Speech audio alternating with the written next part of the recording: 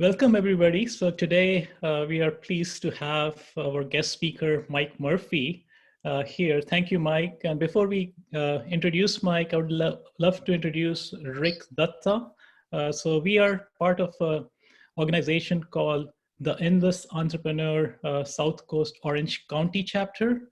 And Rick is leading our speaker series, and the speaker series so TIE is an entrepreneurship organization which is basically fosters entrepreneurship, but Rick in particular, he's a very successful entrepreneur and he is leading our speaker series. We have a lot of interesting speakers lined up. So Rick, maybe you can talk a little bit about the speaker series before we go into Mike and introduction. Thank you, Anurag. Good afternoon, everybody. I'm Rick Datta and I welcome you to our speaker program series. Before I hand it over back to Anurag, would love to mention a few things about our upcoming events on this speaker program series. We will continue to bring like this a series of speakers who are experts in their fields and who can talk to us on current events. Please watch out for our email on the upcoming events. We have an exciting lineup over the next few weeks. For the next Wednesday, we have Dr. Hans Kiersted. He's the CEO of Ivita Biomedical, he is an internationally known stem cell expert and has led therapy development for late stage cancers. But the most interesting thing about him is today his company is also working on a remedy for COVID-19. So he'll be speaking to us in general on COVID-19 and the new normal, and will provide us his perspective on the current lay of the land among all the noise in the media today. Our following week speaker will focus on stress and mindfulness. And after that, we will have a very interesting speaker, well-known speaker from the entertainment industry. Again, we encourage you to participate actively in these Q&A portion of every session. That's what makes it interesting to all of us and to you. Above all, please continue to provide us feedback and suggestions. And with that, let me hand it over to Anurag. Thank you, Rick. And so it's my pleasure to welcome Mike Murphy. Mike and I were introduced about a year back through a common friend. And I've been fortunate enough to learn under his tutelage a few tricks about branding and what happens in the political world. But he's been a mentor and advisor. But let me give you a brief introduction of Mike. So Mike has an interesting career. He has been called the leader of a new breed of campaign consultants, a media master, and also he's one of the hottest GOP's media consultant. Born in Detroit, Mike studied at Georgetown University School of Foreign Service, began his political career as a copywriter at age 20, and today he's actually presenting in a lot of universities as a professor, teacher. Notably among them is Center of Political Future at USC, and Mike will talk a little bit about that during the talk. He's also quarterbacked more than a dozen winning gubernatorial and congressional campaigns, including all of us know Arnold Schwarzenegger and Mitt Romney, and anchored such presidential campaigns as Jeb Bush and the historic John McCain's 2000 run. He lives in LA and co-hosts a podcast series with David Axelrod called Hacks on Tap, and was about to begin doing a TV series, which is still under production, and it's still in the pilot phase, which we'll talk about later in the talk. So Mike, welcome. Thanks a lot. And we're a pleasure to have you. Well, thank you, Anurag, and thank you, Rick. It's great to be here joining you today. Yeah, thank you. So let's jump right into it, Mike. So I think this is a group of entrepreneurs, and we have, I think just for your information, a registration of close to 100 with people joining in from as far as India and Hungary, which is pretty surprising. Wow. So, and it's a wide group, but the common thing that sort of puts everything together is people have interest in knowing personal success stories. So growing up in Detroit and coming in to basically in the world you are in, what actually inspired you to join the politics and get to the profession you are? So can you talk a little bit about that? Oh, yeah. Look, I'm happy to talk about myself. How many hours do we have? Well, let me just say it's great to be with a group of entrepreneurs. I've started several businesses. So I'm a kindred spirit, and congratulations to you and good luck in your entrepreneurial endeavors. My story was I am in my late 50s. I grew up on the east side of Detroit. My family were Democrats, but politically active. My grandfather was actually an elected judge in Wayne County, which is the county Detroit is contained within. And my father was active politically, as was my mother, who was a precinct captain. Now, the only problem is they were all Democrats. And they've been very forgiving of me and my Republican eccentricities. I was very interested in politics. I was in high school in the late 70s. I graduated in 1980. So we were at the end of the Cold War. We were kind of in the Carter-Malaise era.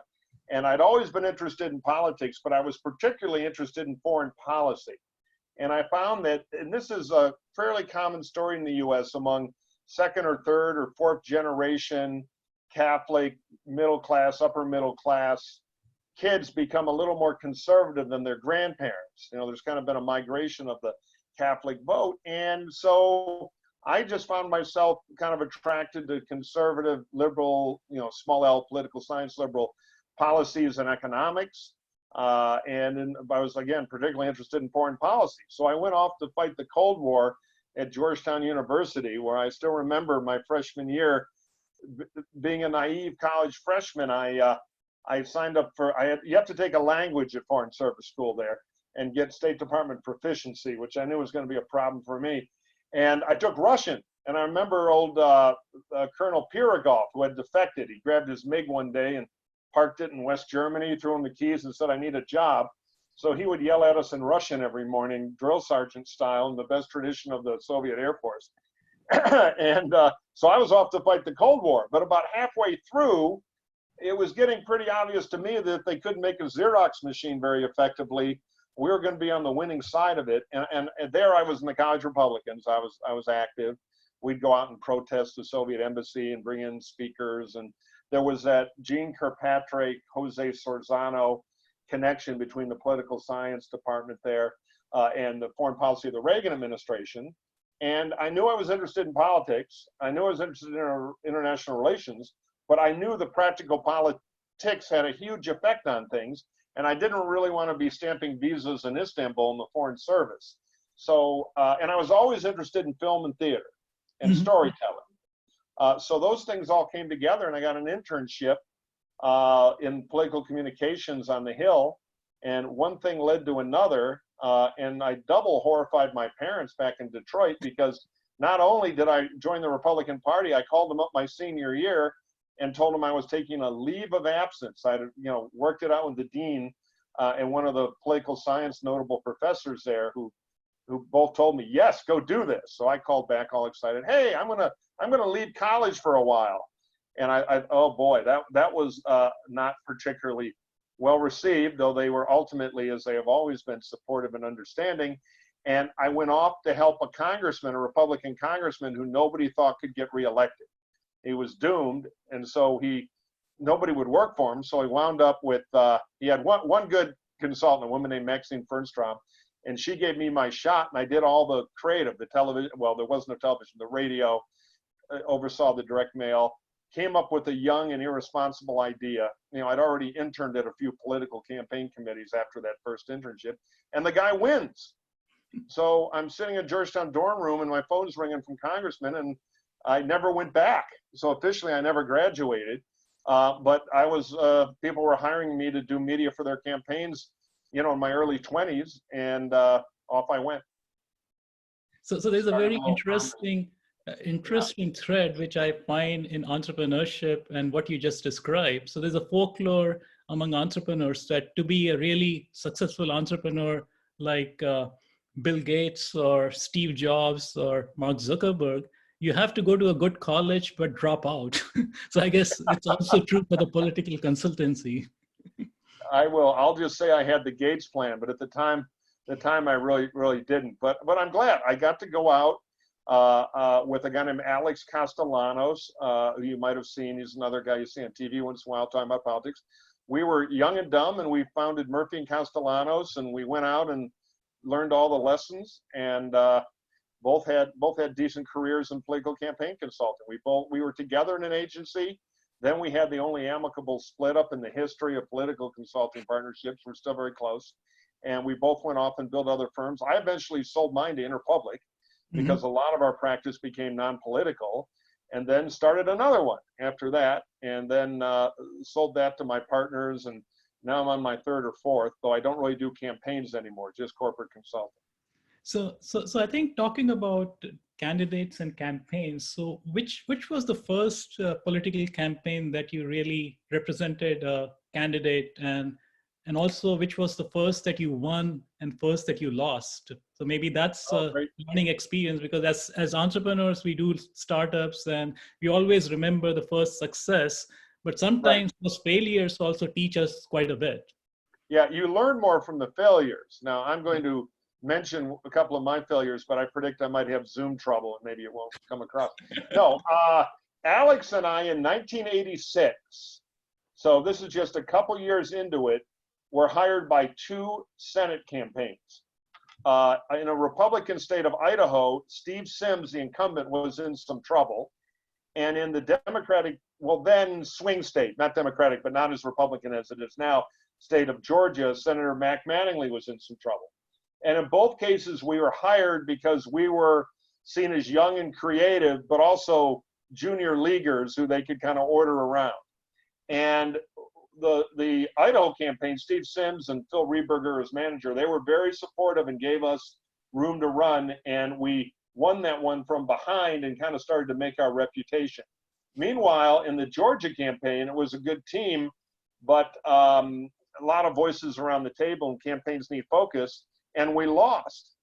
And I learned some great stuff on the Sims campaign in '86, but I learned a lot more losing in an incumbent race.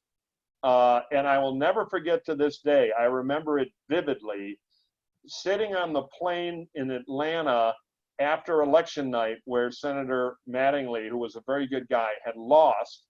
And I was sitting on the plane leaving to go back to DC.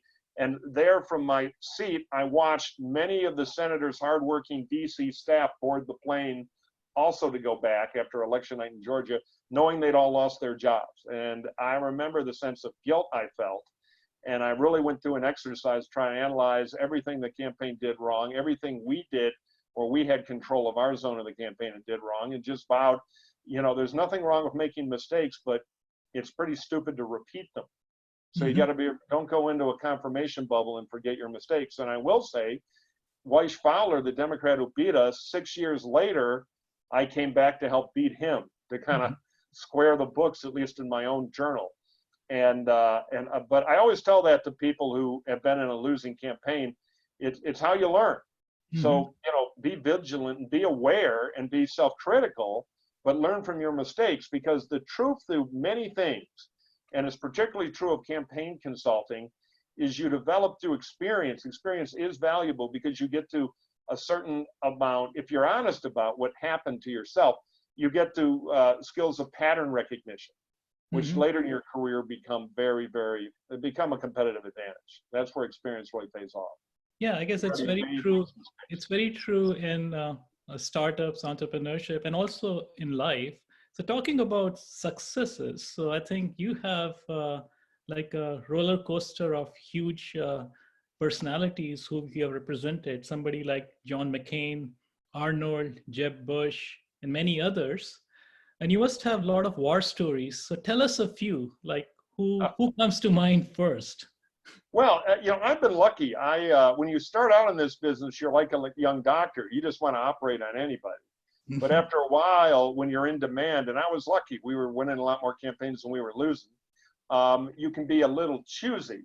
My weakness, at least from a pure career point of view, was in presidential races. I always wanted to work for the long shots who I thought would be the best president. And it was like McCain in 2000. which was a little tricky because I had worked for the Bush family. I'd worked on the Bush campaign in 1988 for President H.W. Bush, who I had tremendous respect for and admiration of.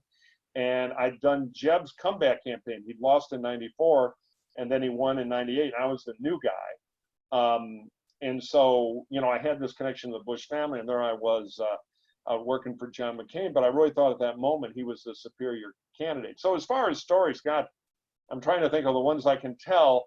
You know, campaigns are a human endeavor. So you get all the foibles and fun and craziness of people. They're not like an AI program. You know, they have human flaws and human points of view. I'll tell you one funny story. So early in the McCain campaign in 2000, this was actually in 99, in New Hampshire, where we were going to make our stand, we'd made the strategic choice that was the one valley we could ambush the much larger Bush army in, rather than go fight in Iowa, places where they had a competitive advantage.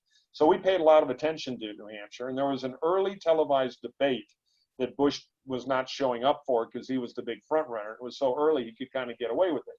So McCain shows up, and this is in rural New Hampshire up north. And this is why it was so much fun to work for McCain, because everything was an adventure with John. Mm-hmm. So we show up in the middle of the woods at some PBS station, which is extremely excited about having this early debate with all the second and third tier candidates. You know, Steve Forbes was there. I don't even remember them all.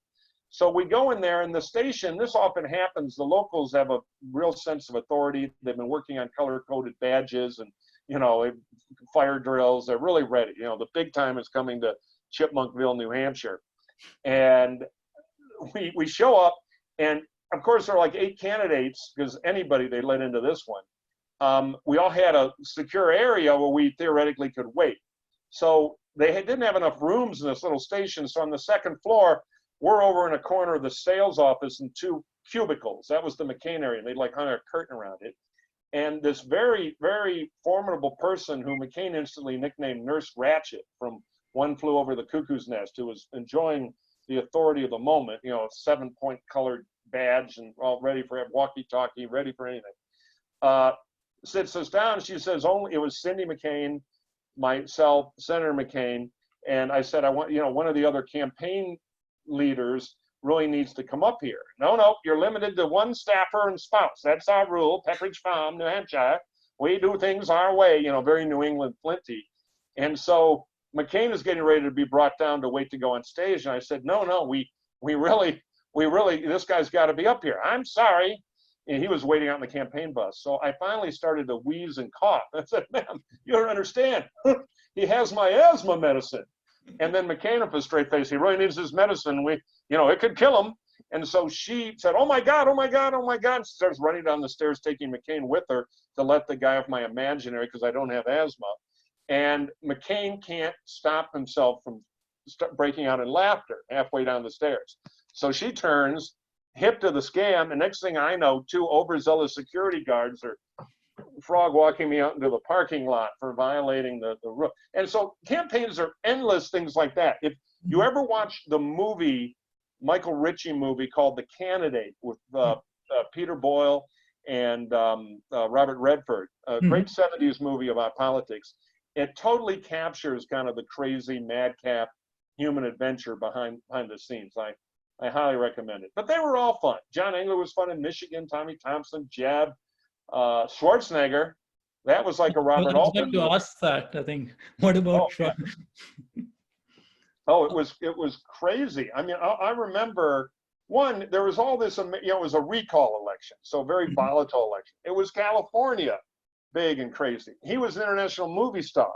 So we'd be driving down and people would be flashing him through car windows and everything. It was just, it was nuts. And I'll never forget, we were on the bus. We ran a lot of it on a big bus tour, going up the state, San Diego to Sacramento, doing big rallies as our closing deal. And we're on the bus. And I thought of this the other day because I saw he had sadly passed away from COVID-19. But Maria was there, Arnold, campaign people, bodyguards, and there we are. We're in this caravan of buses. We got 100 reporters going to a rally of 5,000 people in Stockton. And we get this call that the tiger had bit Roy. of Siegfried and Roy. Mm-hmm. It just sadly passed away. 2003, right? Yeah, and so there was this hilarious surreal moment where the radios are crackling. There's some problem, maybe a security thing going on at the rally, and Maria's got a bad connection, and she's trying to find out what happened to Roy because they're Austrians in show business. They all know each other. Arnold's a little dubious. Did the these are early reports. The tiger beat him. He wasn't even sure. Is it a dog in a tiger suit? So it's just this surreal thing. And then sadly, it was indeed, and they were very concerned about their friend. But you're in this bubble behind the scenes moving with all this crazy stuff happening.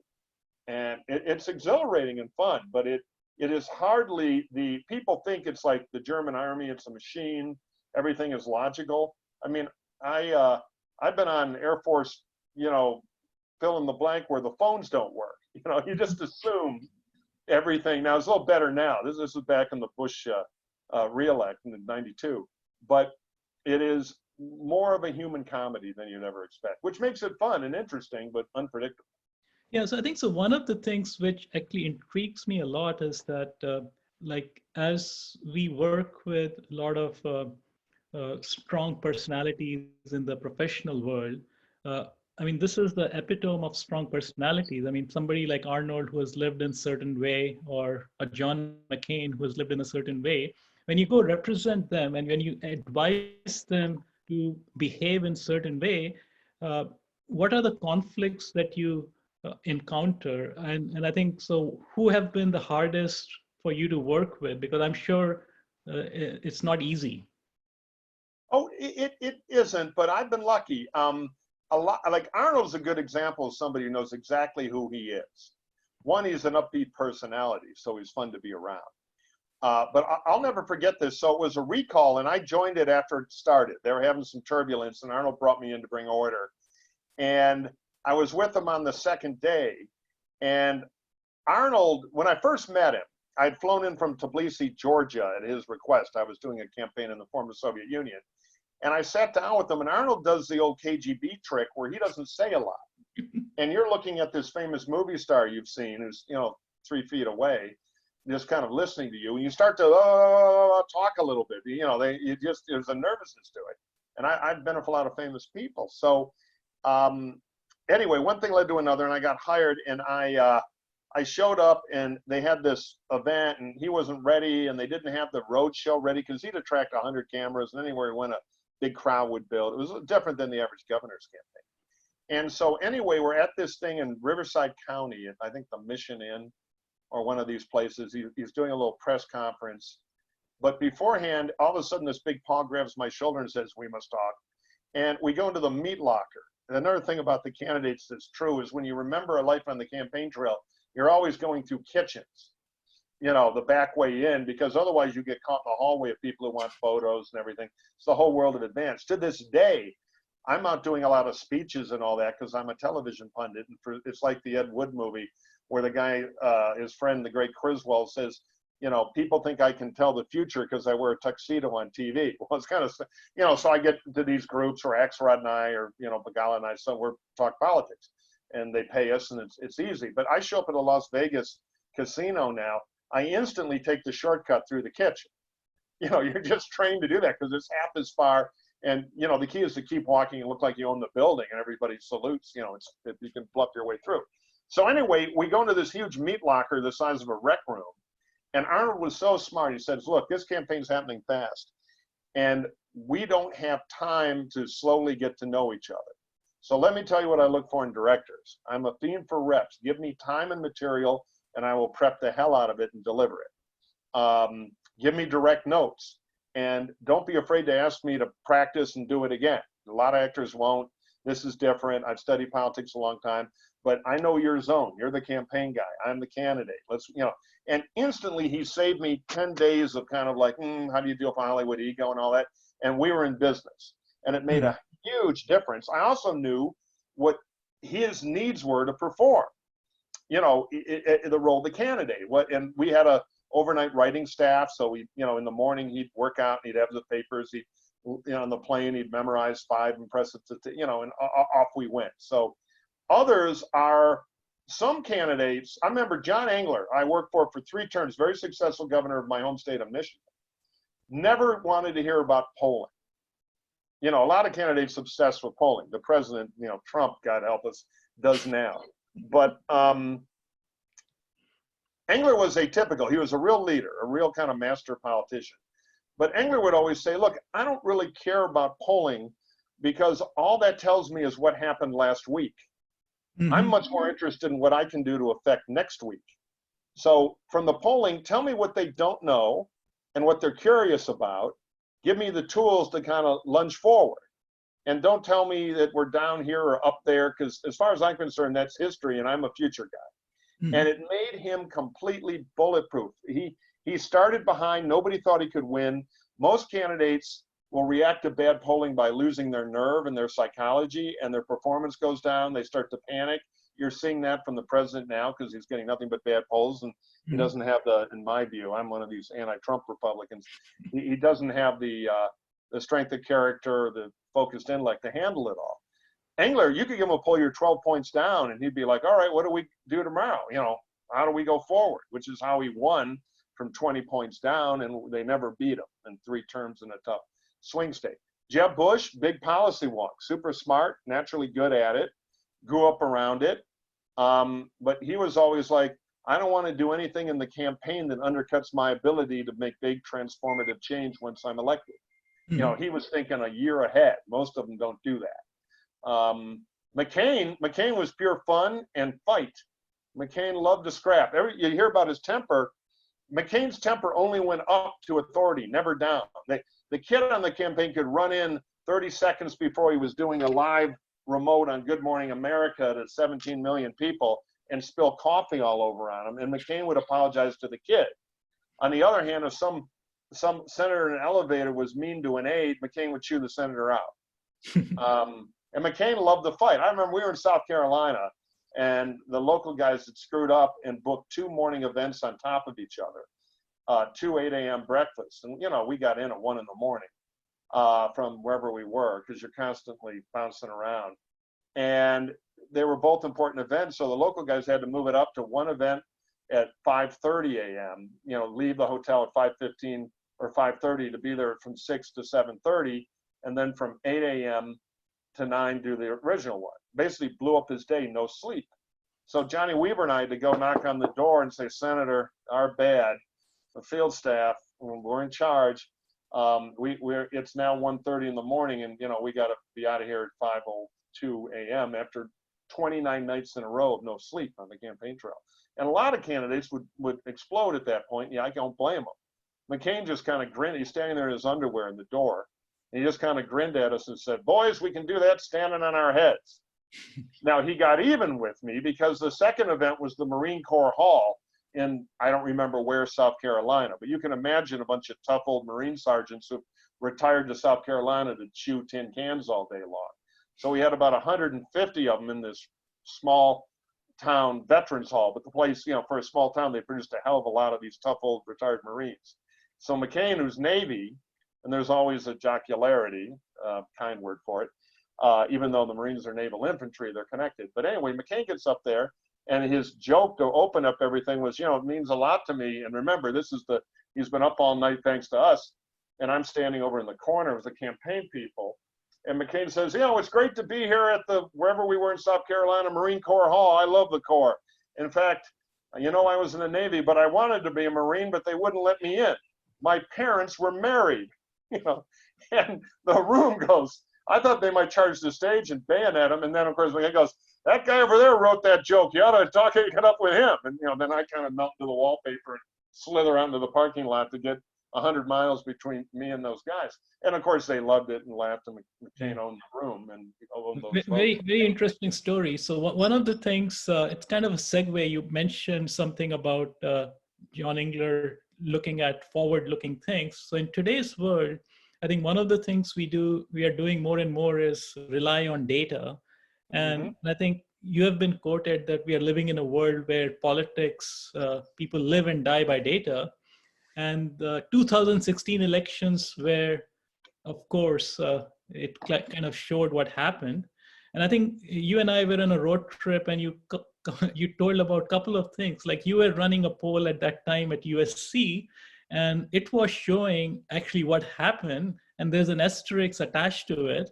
And also the second thing was you talked about the election night stories. So about thinking like how people look at certain counties and base judgment on those. So can you talk a little bit about that, because it's really interesting. Look, because we have the computational power of, digital technology, it's easy to get drunk on data. And I'm all for data. I'm a fanatic for it, but data can't really make decisions. What it can do is tell you things you don't assume based on your own experience, because we're all extrapolating, what we've learned. Most voters, you go up to them and they'll tell you how to run the campaign. And, it's like football. Everybody who watches football wants to be the coach. Well, but what voters will tell you is how to get somebody like them, and they assume everybody is like them. Mm-hmm. And what data does is give you a much better map of who's really out there and what things may resonate. But it is a fetish now to overreact to data. One of the reasons Hillary Clinton lost was the social media modeling algorithms, which they were very drunk on. Very few of the people at the top of the campaign understood, and they didn't want to, in the inner politics of the campaign, look stupid or old. So, they were would nod a lot, and they turned off the telephone polling and some of the things that do give you an idea of what's actually going on. There's nothing wrong if you can do the field work, which is increasingly hard. Now we use the internet a lot more and other devices, but talking to a well-crafted and well-correlated cell of 500 people on the voter list, balanced by age and sex and geography, still tells you a lot. But yeah, when talking about our poll, the Center for the Political Future at USC, which I'm the co-director of, I'm also on the board of the Center for Politics at the University of Chicago. We do a lot of great polling, and we were one of the only polls that predicted Trump when every other poll didn't. Now, it's both a compliment to us because our poll is one of the only panel bags. We have a massive sample. It's online. We even give some people who are not as digitally connected free tablets, so we get a good sample frame. It's a very expensive poll. It came out of the RAND Corporation. It is excellent. And it's directional because we sensitize a large group, and we follow them along. So we kind of saw Trump coming. But our poll was also right by being wrong. And most of the polls that were wrong were actually right. Now, why do I say that? Because they take a national sample of the vote. And so what they're really measuring is the popular vote. And most of those polls said Hillary would win by 3 to 5 million votes. And lo and behold, she won by 2.9. Mm-hmm. Our poll of the popular vote, with its massive sample and its directional ability, got it wrong. But we saw so much Trump energy at the end, we actually predicted the outcome correctly. So what you're going to see in this election is a lot more polling of the battlefield that counts in the Electoral College, which is really only 6 to 8 states. Mm-hmm. And so polling will be revolutionized. Now, about election night, the problem is in our instant consumption culture, everybody wants to know right now who's going to win. I got a text from a friend in Hollywood. Oh my God, CNN poll, Biden's losing. I can't remember where. Panic.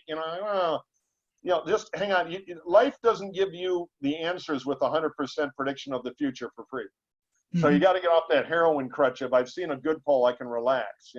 The poll that counts, as we say, is on election day. What happened with the exit polling that everybody's addicted to, where on election day, a consortium of pollsters go to a select group of predictive precincts and ask people how they voted. And they combine that with a big telephone and online poll of absentee voters who voted by mail or voted a week ago in person. And they put it into an algo, and at the end, they try to predict the election. And there's still a big margin of error. So, we all hear, there's a famous story of Kellyanne Conway, who was working for Trump at 4 o'clock when the first exit poll waves came in. They come in waves as more data is collected into the night. And the model changes. She was calling all the reporters, blaming Trump's loss on all the other staffers, because we all get the rumors of the early exit polls. And in 2016, because Trump's pattern was so abnormal to history, he was doing worse than Mitt Romney and remember, Romney lost. So in some Romney areas, he was doing below Republican mean. But in other areas, he was doing massively better than a Republican had ever done. And the model was built on variations on the historical mean, which, by the way, has been the best way to predict these things for the last 40 years. But Trump really did. It was zebras dancing with lions, you know, in where he won and where he overperformed. Now, the other thing about Trump is he was really in the margin of error of the Electoral College. Mm-hmm. The states that elected him, Pennsylvania, Michigan, and Wisconsin, none of those had voted a majority of their state vote for a Republican presidential candidate since 1984 and 1988. And among those states, roughly 13.5 million people voted in those three states. And Trump's combined margin among all three was only 77,000 votes. Mm-hmm. So he was really like, you know, one thunderstorm in Western Pennsylvania away from losing Pennsylvania.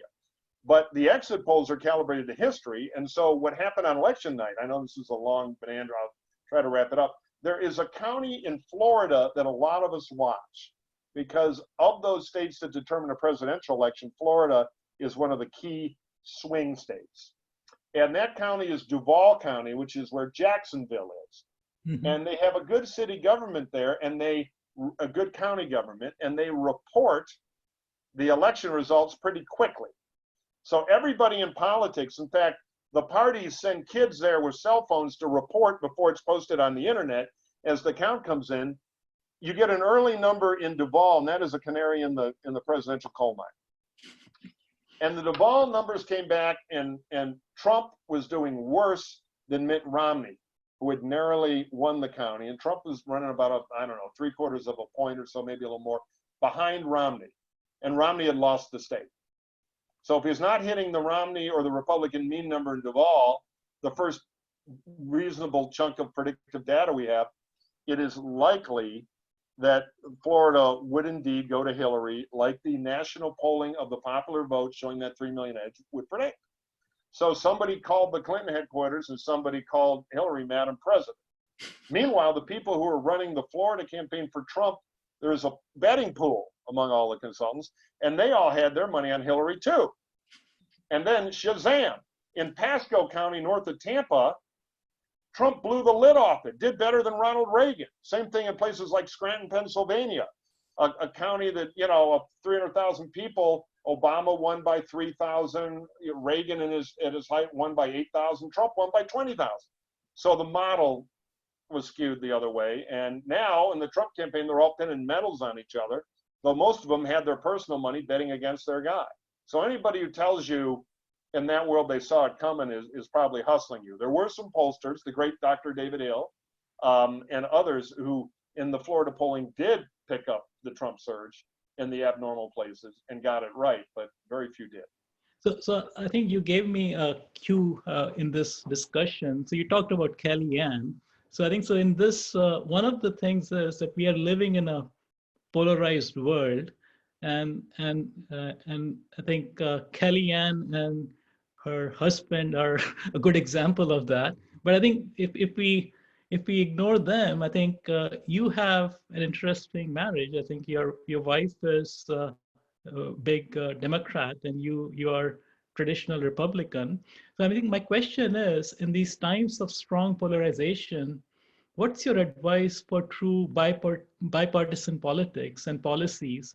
And I know you run a show with David Axelrod. So what would you advise to people? Like, I think we are only seeing the Fox watchers and CNN watchers, but I think most of us are probably somewhere in between.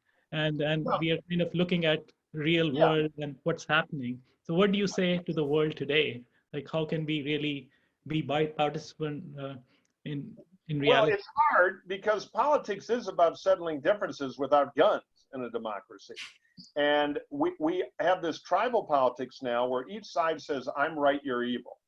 Mm-hmm. And if you're evil, I can hate you, I can do anything about you, everything you say is a lie, lock her up. And I blame the president for a lot of this. It was coarse before, but he has taken it to an institution-shattering level of toxicity and irresponsibility. You know, in the American system, you know, we're not like England, for example, where the Queen is the head of state and the Prime Minister is the head of government. In American, or France, you like the president, and then there's a prime minister to fight over the, you know, subway fares. The president of the United States is the head of state and the head of government, which means he or she has a responsibility to protect our institutions and to speak for the American whole. And Trump has totally abdicated that. In fact, in my view, he's attacked many of those institutions. And and corroded them and hurt our democracy. And again, I'm a conservative.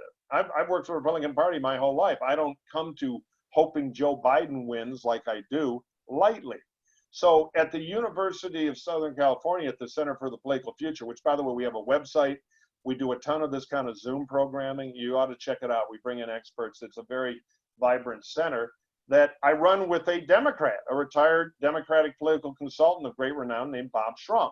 You can get his book, No Excuses, on Amazon. It, along with Axelrod's book, Believer, are two great books about politics and people who do what I do, though, on the Democratic side, talking about all of it. And what Schrum and I say is, look, we're not trying to have everybody get along, but why don't we try to work from a common set of facts, not lie to each other. So with a common set of facts, you can have a reasonable argument and understand in America historically, not lately, but historically, your political opponent is not your enemy. It's not like we have the Michigan-Ohio football game, which is hotly watched. And at the end, the losing stadium kills the refs and burns down the stadium, the losing team, saying it's all illegitimate and destroying football forever. That's the line we're bumping up against now, and we'd like to put that back in the bottle. So we have a lot of discussions at the center and other places where we are focused on trying to bring back civility and disagreement and common facts. We are not saying everybody agree, because the only place everybody agrees is in a dictatorship. The people with power say one thing and everybody's afraid to challenge it. That's not, you want a vibrant democracy, you want political fighting, but there should be rules and common facts. And putting that toothpaste back in the American civic tube is going to be the biggest mission for the next president, should it not be Trump, and for our political class. And I'm hoping voters demand it, because when voters demand things, they do tend to get them. But there's no easy fix. It's a cultural thing. The cable TV world, of which I'm a part, I work for NBC, but at their worst, and I think unintentionally, the fact that they want to cover conflict every day feeds this fire. The fact that we have different flavors of cable news based on your political point of view is a bad thing. Facts should be objective across the board. So we have some repair work to do on our democracy here, and I'm hoping our citizens care enough to incentivize the politicians going forward to do it. Very well. So I think so. Let's switch gears now. So I think you have said politics is a weird kind of show business, and I think your roots to show business actually go to, as you described to me, like you were writing comedy for late night shows. So tell me a little bit about that. I think because people would love to hear, like, what is the intersection? How do the two things meet in Mike Murphy's world? Well, I've always been a fiend for storytelling, and I'm a movie nut. My wife is a movie genius, and she doesn't come out of politics. She comes out of show business in the creative world there.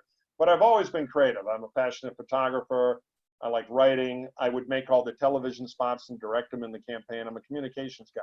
So I started selling, which had always been an ambition of mine, creativity to Hollywood a little bit. And Dennis Miller, the comedian, topical comedian, hired me, gave me my first job in show business years ago when he had a show on television.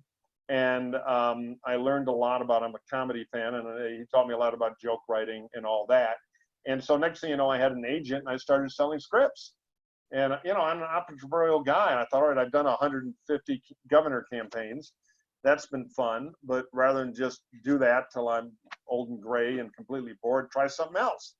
So although I now belong to 2 show business unions, whether I want to or not, which has been a character building experience for a conservative, I've sold a bunch of scripts around town, and I've got a pilot with some other great folks over at CBS, an hour-long show. We'll see if it goes. The pilot's going to get made, but in this COVID world, it's tricky to know what the future is for television production, let alone putting a series on the air. But I have found from show business and in politics, the storytelling structure is similar. This is where too much data can strangle a campaign. Because if you run a campaign based purely on data, people will say the campaign message ought to be more vanilla ice cream, because you can get to 92 on a likability thing on vanilla ice cream.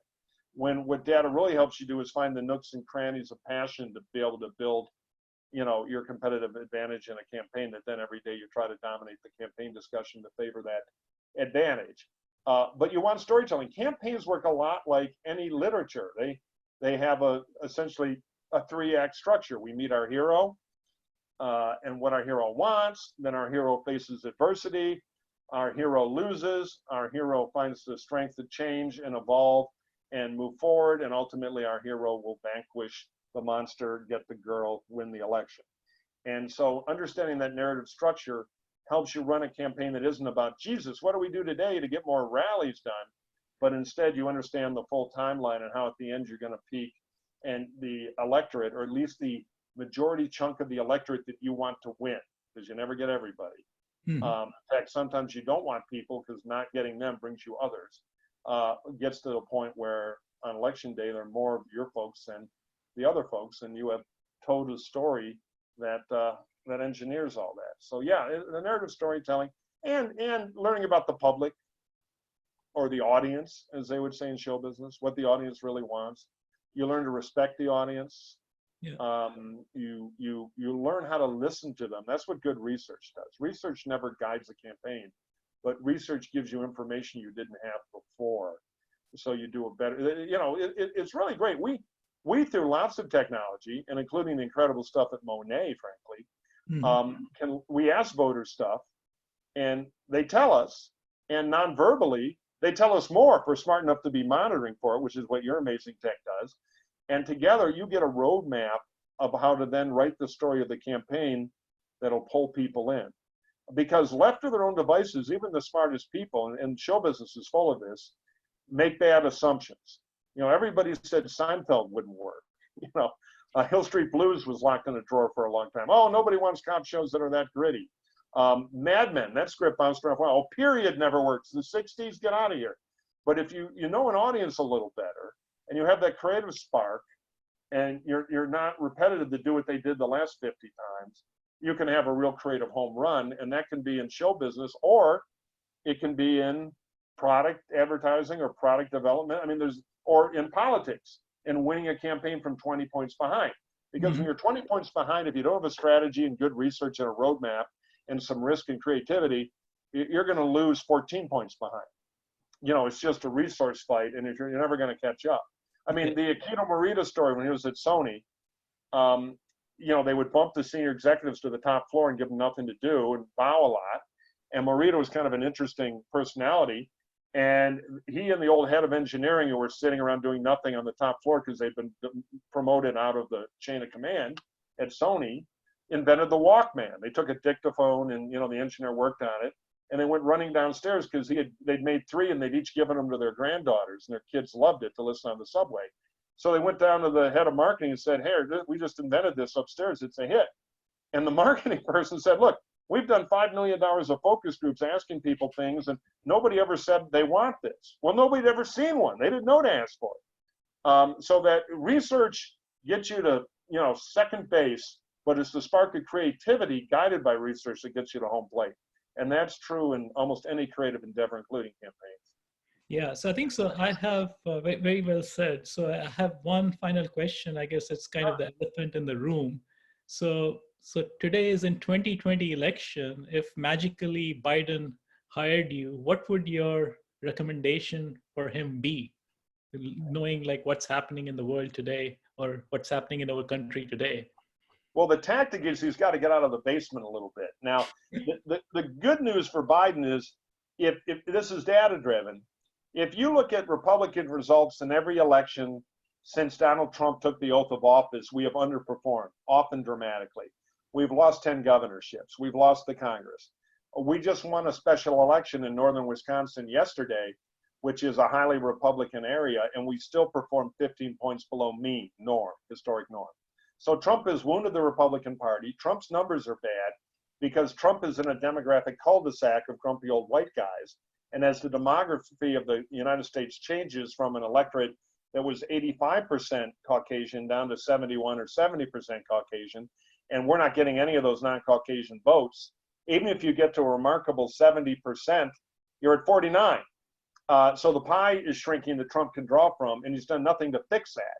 So the country wants to fire Trump, and they probably will unless Biden gives Trump a way to change the topic of the election from fire Trump to Biden's worse. Mhm. So the only thing, if you ask people now, and now is not election day, but if you ask them what is Trump's advantage, they say he's better than Biden at running the economy, which is why the latest viral Biden ads are about he bungled coronavirus, he bungled public health, and that has destroyed the economy. You can't trust him as an economic manager. They're trying to break the one leg Trump has left. It is the right strategy. But in the selling of Biden, there's a lot of work to do. People don't know enough about him. They want to keep the race about Trump, but they got to wrap Biden in Teflon, not Velcro, which means they got to fill in the story of Biden a bit more. They cannot make a dumb VP choice. They got to manage for risk. And they've got to kind of, a director friend of mine says Biden needs to tell his first act story. That's exactly right. And they need, and this is a difficult time for Biden to campaign. I'm sympathetic. You can't do rallies. Biden is not that good direct to camera from his basement. They got to start inventing campaign things. And I won't go on Hacks on Tap with X-Rod and I every week on Apple. We talk about a lot of this. You can tune into the podcast and hear about it. But there's a lot they have to do to prosecute the case against Trump, to break him on the economy, but also fill in Biden enough, because Trump's campaign is the easiest campaign in the world. If Trump were a good political operator, he would use the crisis to fix himself. He'd move his polling numbers up. Fauci's up at 75% approval, and Trump's stuck at 45. People would love to love Trump if they thought he knew what he was doing. Instead, he puts on this clown shoe show, and he's hurting himself. So if Trump could fix himself, it would be great. Trump knows he can't, or is too crazy to even realize that. So they're just going to slime Biden. They're going to drop a ton on Biden. Biden's insane. Biden is senile. They're just going to beat the hell out of him. And Biden's got to build up some antibodies for that and then pivot the election back to Trump. The whole election is going to be the suburbs, which is where college-educated white women in particular, but also college-educated white men and independents have moved from Trump and Republicans over to Democrats. That's why we lost the House. If Biden can hold them and Trump can't get them back because Biden doesn't do anything scary that gives Trump an opportunity, Biden should prevail in the election. Cool. I think so. That was very encouraging. I think we have a few questions from the Sure. people here. So I would let maybe Rick, if you could direct some of the questions, and we can go one by one. Rick, you're muted right now. Okay. Yeah. And feel free to ask you also, Rick, any questions that you may have. Should I be directing the people out there, or you would be asking them? Okay. Yeah. You ask maybe the question which was asked by Vikram out there. Yeah. Sure. So I think so. We have a question from our panel here. So I think he said, "Do you think the Republican Party has lost its way under Trump?" I guess it's a much bigger question. Softball. Yes, I have. I'm a conservative, but I believe in the rule of law. And Trump is a populist. He's not a conservative. Conservatives believe in free trade within reason. Conservatives care about the Atlantic Alliance that's held the peace since 1946. Trump has tried to undermine it. Conservatives believe in telling the truth. Trump has an allergy to that. And opportunity conservatives like Jeb Bush and Ronald Reagan and Jack Kemp and John Engler and so many believe in everybody's ability to rise and want to fix public institutions to give people a path. Trump wants everybody fighting each other. Trump wants to divide us based on race and ethnicity. So Trump is the anti-conservative to me, which is why I think, frankly, and I've said this publicly a lot, he's a cancer on the Republican Party. And I'm hoping we will modernize conservatism if Trump loses and move beyond him, but it will be a fight in the party. The populist wing he created, the grievance wing, will put up a fight, and we're going to find out what a Republican is. So I have another question for both yours and my friend Dinesh. Hi there. Listening to this. So he says that, has anything changed with how a TV audience listens and interprets major election media opportunities? Example, a candidate debate or stump speech from the days of Nixon to today. I would imagine US audiences are more sophisticated now and look for authentic leadership and high level of tuning to see through contrived or misleading statement these days, but the current POTUS suggests that view may be naive. So what do you say? Well, I think voters come in different flavors. First thing to remember is 80% of them, actually a little more than that, but for easy math, 80%, not that this is a crowd that needs easy math, but 80% of them are predetermined. They're R or D, and very little defection. Then another 10% are soft R or D, and might be able to be moved around a little bit. And then the final 10% are, truly independent. Some have a highly analytical approach. Others just react viscerally. Some are smart and postmodern and don't want the bullshit and watch some of the language to sound like the political talk they've heard forever and reject it. Others, reckon back to the political scientist George Lakoff, also a good liberal, who has done a lot on this, but he wrote a famous book called Don't Think of an Elephant. And now we're all thinking of elephants. So very simple messages get through. So it's kind of a blend, though I do think everything is so postmodern in our culture. Most modern political information consumers are very cynical. Part of it is anthropology. Cavemen learned to believe bad news. Because if somebody says there's a hungry lion out there and somebody else says, if you come out here in an hour, there's free food, you go out in the free food and you're right, great. You're wrong, okay. You go out on the lion and you're dead. So the warning information is often rewarded. That's why you see so many negative commercials. But Bernie Sanders is a good example, the anti-politician. He couldn't even figure out a hairbrush, yet people loved his authenticity because they believed he believed. And so I do think the slick stuff is an issue, Dinesh, and I think you're right. I would also say TV advertising is trickier now because there's so many channels of information and we get so much information from our screens. And, we fall into and I don't want to sound like a critic of digital tech. I'm a big believer in it. But we sometimes put so much energy in the engineering of we can put a message in front of left-handed people who we geo-target. We're at a library that day and like books, not Kindles. And then the content of the quality of the content is crap. So you can find the right eyeballs with tremendous efficiency now, but you better be telling a resonating story or you're going to lose the competition with all the other content out there. The problem is in campaigns, creativity is often de-incentivized because it's seen as risky.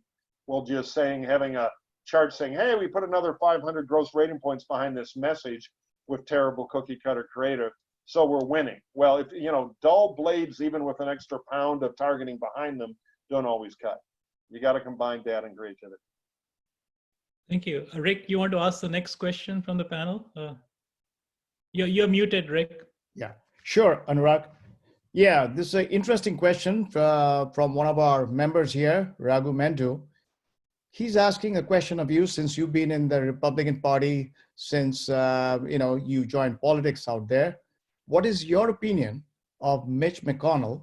Has he and the rest of the Republican Party, like Lindsey Graham and others, sold their souls to Trump? Great question, and unfortunately our time is up. So it's hard for me because some of these guys are my friends. Lindsey and I go way back. And for most of his career as a senator, I've totally admired him. We were in the trenches together on John McCain. But the gravity field of Donald Trump has corrupted many things that it's touched. I feel the same way about Mitch McConnell. I've never been, I don't know him like I knew Lindsey, but I admire him as a wily politician. And again, I am a conservative. I actually like some of these judges. But the problem for a lot of these guys, including people there I helped elect, is they're so afraid of losing a Republican primary due to the Trump cult. They've taken this position of kind of, well, we're just wait Trump out, which I think is a morally cowardly position to take with Trump. So I can say, and this is true of Lindsey, it's true of Mitch, it's true of others, I'm kind of heartbroken and disappointed because we're not asking them to land on Anzio Beach and get shot here. We're asking them to defend the rule of law. And there have been exceptions. Larry Hogan's been great, the governor of Maryland. There have been a noble few. Of course, Mitt Romney, my friend and old client, has been a real standout. But most have ducked their responsibility, and it makes me very sad. And if we lose the Senate this year, which we could do, I think the odds are pretty good, not certain, but pretty good. My partisan Republican heart will be sad, but frankly, the punishment may be due. And then again, the road will be clear to build a new Republican Party that hopefully is back to our roots of Lincoln, Reagan, Romney, and Bush, and away from this biopopulism and grievance of Trump. So there's another question from one of our female audiences, and she's asking Marianne, who's actually helped us here in our Young Entrepreneurship Program. Sure. So she's asking, who would you recommend Biden selects for VP? I guess that's the big question for everybody. Oh, that's a tricky one. I mean, so a few, I'll try to be quick. One, VP is massively overrated. Very few people vote on vice president. In the old days, there'd be ethnic balancing and other reasons. That's all gone now. So what VP really does is put on a pageant in the media that tells voters a lot about who you are. The smartest VP pick on the Democratic side historically was an atypical one. Normally, there's an awkward balancing. You got a man, you need a woman. You got this, you need that. Bill Clinton was running as a young, new generation, moderate Democrat governor. He had founded the DLC. He could compete in the South, which had become a Republican bastion. So rather than pick a candidate who was different, creating a different problem, he picked himself, just a worse version of himself, Al Gore. Very good move. It was a bet on the category. They had the same story. Young, moderate, generational change Democrats. Very shrewd. They won the election.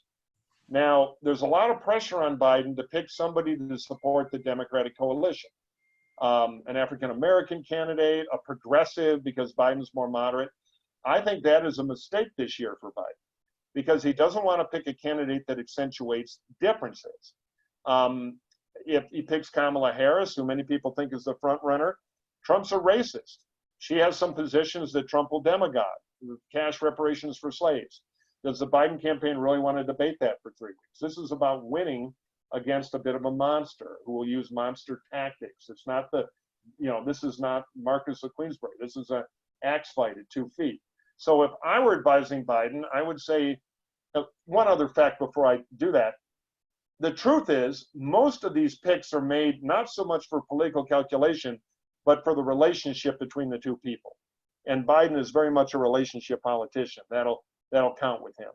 But Biden's got to feel a heavy burden because he's old. He's 77. And whoever he picks will have a big leg up to be the next president. So the fork in Biden's road, what I would tell him is, if you want to pick somebody for government, for governing, I would pick Gia Raimondo, the governor of Rhode Island, who is easily the best Democratic governor, in my view, in the country. She was for Bloomberg in the primary. She's a fiscal moderate. She's done a really good job in that state. Now, the public employee unions don't like her because she said no. But she would send to the business world an incredibly strong signal that Biden is somebody who has the skills to handle the fiscal crisis we're going to face as government tax revenues go down in a recession, and our expenditures, including the $2 trillion we're burning through right now, rightfully so, in this pandemic crisis. But the federal books are going to be in bad shape next year. And Biden is not somebody who's known for his mastery of domestic policy. He's a foreign policy and judiciary guy. So having somebody as capable as her would send a reassuring message. And that world is reluctantly giving money to Trump now. Trump is massively outraising Biden. One of Biden's biggest problems is anemic fundraising. That's why Biden has web ads and Trump has broadcast TV. That is an asymmetry that has to end. So that's the case for her. They're not going to pick her. They should for government, but they're probably going to, and I'm sure they're looking at her, but the public employee unions hate her. They're risk adverse. So they've got to choose between reaching outside to hold the suburbs, the real balance of the election, which means a Gretchen Whitmer, governor of Michigan, or Amy Klobuchar, the senator, was a good fighter in the campaign, from Minnesota, who are non-threatening to the suburbs, who are generational, or reach inside to the Democratic coalition, pick Elizabeth Warren. But then you have somebody Biden doesn't agree with. So the differences become a thing. And when you're president, you ask her to go do something she doesn't want to do on ideology, she's the type to quit and go write a book about what a jerk you are. There's risk there. And if I'm Biden, I don't want risk. They also lose a Senate seat because the Republican, liberal Republican, good guy Charlie Baker, governor of Massachusetts, will appoint her replacement. Or they go to African-American base that try to get excitement with Kamala Harris or Stacey Abrams. Well, Kamala was a terrible candidate. I'm sorry. Her campaign imploded. Stacey Abrams was a better candidate. She did remarkably well in the lean Republican state of Georgia. But race is risky with Trump. He's a racist. He'll use that. Don't take risks this year. Finally, the other thing about Kamala Harris is she comes from California politics. She's very good at it in the Democratic coalition. But she's never been in a swing state, a Michigan, Pennsylvania, Wisconsin, or Florida. Her instincts are primary inside fighting, not general election fighting, because a bag of horseshoes with a D on it can win California statewide without working now. So I think she is a very risky pick. Biden will be under tremendous pressure, but I would advise him not to do that. Now, if I had to bet money, I think he probably will, and I think it'll be a mistake because the pressure will be so strong internally. Rick, you want to go next? Sure, Anurag. I saw a few questions related to this, so I'm going to summarize it out here. So we all know it's a new normal right now with COVID-19, and people are wondering what's going to be happening to the election turnout with respect to COVID-19. People are also talking about 100% ballot voting for all states.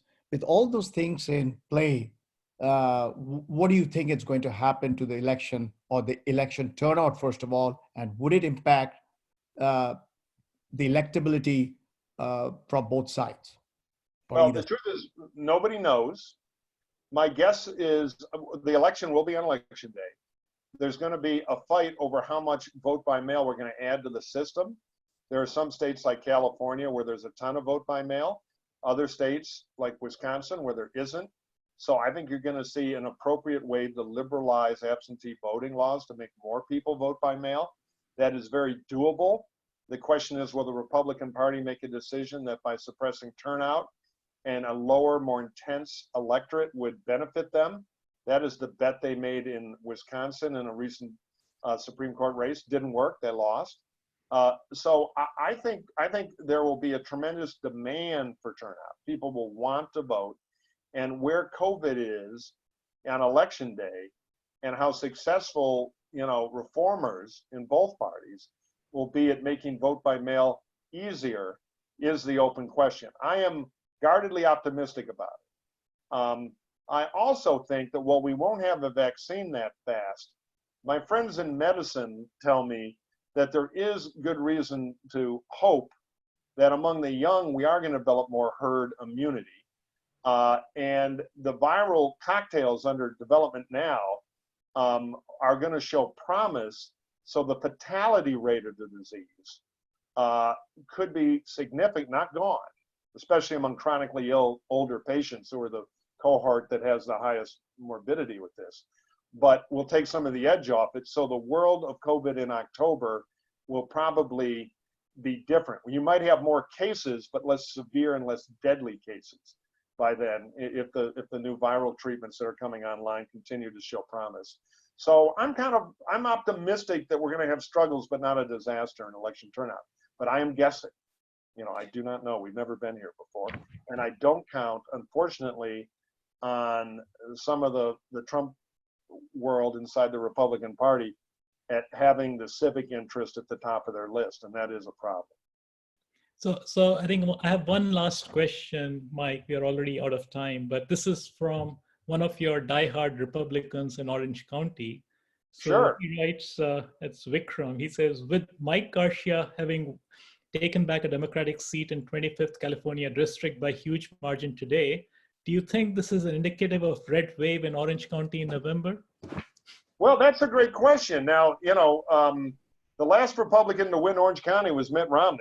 And so let's talk. So we had a special election in the Katy Hill district, up north of LA, Simi Valley and all that. It was represented by a very good candidate named Steve Knight, who she beat. And then she got in this scandal with her staff and sex pictures and all kinds of stuff. And She resigned. So now we had a big, crazy primary with everybody from Cenk Uygur to one of the people named in the Trump-Russia stuff. It was a classic circus primary. Steve Knight ran again, and he was defeated. He had trouble raising money, and a lot of the party was for a candidate, Mike Garcia, former Navy fighter pilot. And Garcia won the first round, and we had a runoff with Christie, I believe it's Christie Smith, who was the Democrat. And Garcia won. Now, I have some friends who worked on that campaign. They thought Katie Hill had made the egotistical and selfish decision, these are the Republicans talking on the winning Garcia side, to interject herself into the campaign late, which was no favor to Christie Smith. But it is a real accomplishment in that district, which used to be Republican, but is now a swing district, for Garcia to win. So kudos to Garcia. Now, he's more of a Trump guy than I'll ever be, but I can see a good campaign against a bad campaign run. Now, here's the problem. It was a special election. Regardless of COVID, it was mostly by mail, which is normal in California, but particularly now COVID. But regardless of COVID, special elections have a lower turnout, which is good for intense Republicans. He will serve a very short term and run again in November. And the November election will have a much bigger turnout, which will give her a shot at him with maybe a little more tailwind than she has right now, if she can learn to be a better candidate, which we don't know. I'm sure they're nervous in Washington, because that should be a winnable seat in the environment of the coming election day. So that we've seen the first couple innings. We'll see where it goes. In Orange County, you know, it was tough last time. People like Mimi Rogers, who, you know, was a great Republican member of Congress and a fairly affluent district down there. You know, we lost a lot of seats. Those are those suburban sort of seats full of college-educated white independents and Republicans who have soured on Trump. So if Trump doesn't fix himself, unlikely, I think Trump is the atomic clock of being Trump. But if he does, or if Biden makes a bunch of risky plays, as an Elizabeth Warren that scares the suburbs, then maybe one of those seats could come back. And there are a few formidable candidates trying to run. But my gut is, and the data is today, that the atmosphere will not be very good for any big Republican wins in Orange County. Maybe they grab a seat. Well, on that note, Mike, we are really grateful for your time. I'm sure Rick would agree that it's been wonderful, and thanks a lot for doing this. And I think we'll be in touch. And thank you, everybody who's listening. It was really great to have you guys. And we will basically get back to you with a poll. We'll love to hear what you thought of this. And Mike, thanks again. Well, thank you guys. I totally enjoyed it. Good luck to you entrepreneurs, and you can follow me on Twitter @MurphyMike, my name backwards. So good luck to everybody, and thanks guys for having me. See you, Mike. Bye-bye. Bye now. Bye. Thank you.